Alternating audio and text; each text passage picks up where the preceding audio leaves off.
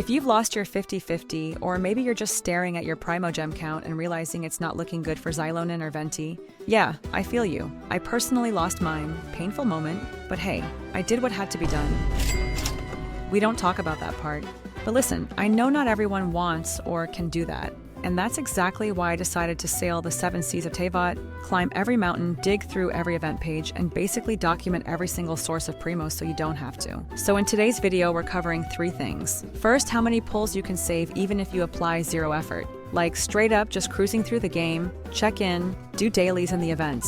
This can be done if you're just saving for future characters. Second, we'll look at the maximum amount of Primogems you can grind up in this phase if you actually put in about 90% effort. Basically what I'd advise you to do if you're desperate for Xilonen. And lastly, we're diving into Skirk. I've got the latest leaks, her kit breakdown, how she works, and I'll be honest with you, she's not for everyone. So by the end of it, you'll know if she's your new main DPS, or if you're better off skipping her and saving for someone who fits your team better.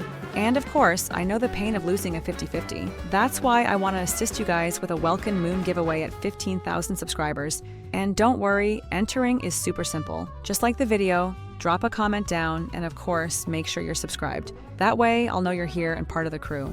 But hey, if you know for a fact that a Welkin can't save you on the Xilonen or Venti's banner, then at least save some money via my partner U7Buy. U7Buy is the ultimate cheat code for gaming top-ups. Like seriously, why pay $100 for a Genesis Crystal Pack when you can get it for just $79? No hidden fees, no extra steps. Just pop in your UID and server and boom, your top-up arrives before your eyes. U7Buy has cashbacks, special offers, and buyer protection in case anything ever goes sideways. So if you're thinking about pulling on these upcoming banners and want to save some cash, then use my link in the description or pinned comment to get an extra discount off your next top-up. Now, without further ado, let's start with the Primos count at 0% struggle. This is just the basic Primos you have to be able to get. No effort, no stress, just vibes. Starting off with daily commissions. We're counting 20 days here, and that's an easy 60 Primos per day, giving us 1,200 Primogems in total. Now here's a bunch of good news. First, this banner lasts into next month, and if you've already drained your Paimon shop exchange, then you can look forward to a fresh reset on May 1st. That's an easy 800 Primos or 5 wishes right there. Next, we've got 2 events showing up in this phase. The first one is the Ultimate Fighting Championship. It's coming on the 21st of April, so about 4 days from now. It's handing us a smooth 420 Primogems. Then we have the second event, Rhythm Ball Metzli, happening on the 28th of April, so 11 days from now. That's another 420 Primos. And just when you think that's it, nope, there's still more.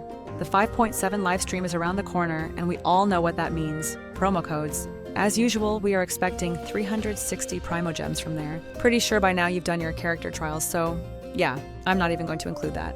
I'm also pretty sure you're fully done with this current Abyss situation, but if you aren't, then that's another 600 to 700 Primogems, depending on how far you can go. Might just be this last set of Primos that will save you on the last day. Imaginarium Theater is also resetting on May 1st, so there's another 700 Primogems in the bag. Of course, feel free to adjust those numbers accordingly to your team's strength. Now for some bonus sweetness, we're probably getting around 200 Primos from redeem codes. We didn't get too many in the first half, so if Hoyo doesn't want us to come out with our pitchforks, then a few more codes should drop in Phase 2 as compensation. And finally, if you're a proud Welkin holder or you snagged one from a giveaway, then expect 90 Primos a day for 20 days. That's 1,800 Primogems right there. If you still got your Genesis crystals from the pack, then you're sitting pretty at 2,100 Primos. So yeah, with literally 0% effort, free-to-play players can snag around 4,800 Primos, or 30 wishes. And if you've got Welkin, that bumps you up to about 6,400 Primos, or 40 wishes total. No sweat, no grind, just clean passive income. Alright, before we dive headfirst into Primogem farming at 90%, let's talk Skirk. We've had a lot of noise lately. Leaks flying all over the place, people claiming she's gonna summon shadow clones like she's from another anime entirely. But let's set the record straight right now. That whole clone or summon mechanic? Yeah, scrap that. It's not happening. Skirk is going to be a cryo sword user, and she's built to be a main DPS. Pure and simple. Now no one cares about her charged or plunging attack. So let's focus on the good stuff. Her skill and burst, because that's where her kit really lies. And don't worry, I'll break it down in a way that actually makes sense. Skirk's elemental skill gives her this unique energy bar, something like a knight's soul point meter, but a special one tied only to her. And then she enters this stance called 7-phase flash mode. What this does is it actually enhances her normal attacks.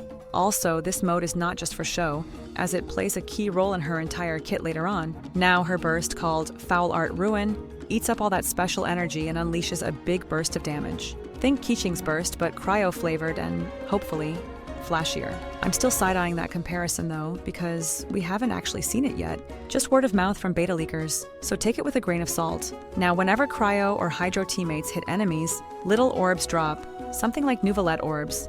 The max orb is 3 per every 2.5 seconds, and Skirk can use them up using a charged attack to refill her special energy bar. If you haven't noticed, then yes, this part feels very similar to how Arlecchino collects Bond of Life, and if that wasn't enough, Skirk's passive talents are all laser-focused on increasing her personal damage. Now, since we don't have precise values for the first 2 talent, I've decided that we'll only cover the most important one, which is her 3rd talent. Her 3rd passive states that when Hydro party members deal Hydro damage, or when Cryo party members apart from Skirk deal Cryo damage, Skirk will gain the Death's Crossing effect for 18 seconds. 1 stack gives 10% normal attack damage, and 5% burst damage buff. 2 stacks gives plus 20% normal, and plus 15% burst. Lastly, 3 stacks give a whooping 70% normal plus 60% burst. Yeah, you heard that right. Plus 70% on her normals and plus 60% on her burst. So here's the big picture. Skirk is essentially Cryo Arlecchino with a few twists. Instead of Bond of Life, she's got that Serpent's Subtlety energy bar and Void Rift mechanic. But the flow of play is strikingly similar. Alright, with that out of the way, let's enter full grind mode. This is for the ones who lost their 50-50 and are staring at their wish count thinking they can't make it in time. First off, the teapot trick. If you're still sleeping on this, now's the time to wake up. Depending on how many character you've got, you can get 40 per each character, meaning if you've got 40 characters, then that's 1,600 Primogems just chilling there. It's a little grindy, but it's very worth it. Now let's talk exploration. The new region is actually way bigger than what we expected. And Hoyoverse wasn't stingy with the content either. There are quests everywhere, and if you just follow the main storyline and start opening chests along the path, you're easily looking at a 500 Primo haul. While exploring, you might complete the exploration requirement and be able to get the extra 400 for exploring within the time period. Also, while you're chest hunting, you'll be stacking up Pyro Sigils without even trying. Take those straight to Tona's offering, and for every new level you unlock, it's 50 Primogems handed back to you. With 10 new levels added, that's another clean 500 Primogems. If you've burned through a bunch of pulls already, chances are you've racked up at least 15 Masterless Glitter, right? That's 3 extra wishes waiting for you in the Paimon shop. So go get them. This might just be the clutch move that brings her home. Still not home? Alright, it's time to check your statue level.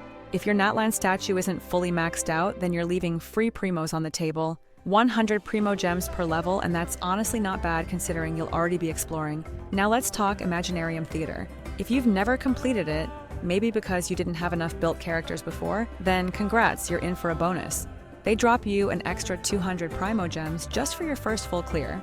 And hey, no need to get the stars, those are just for flexing and won't affect the Primos count. And yeah, that's about it. If you haven't still gotten her, then now's the time to skip or swipe. As always, thanks for watching.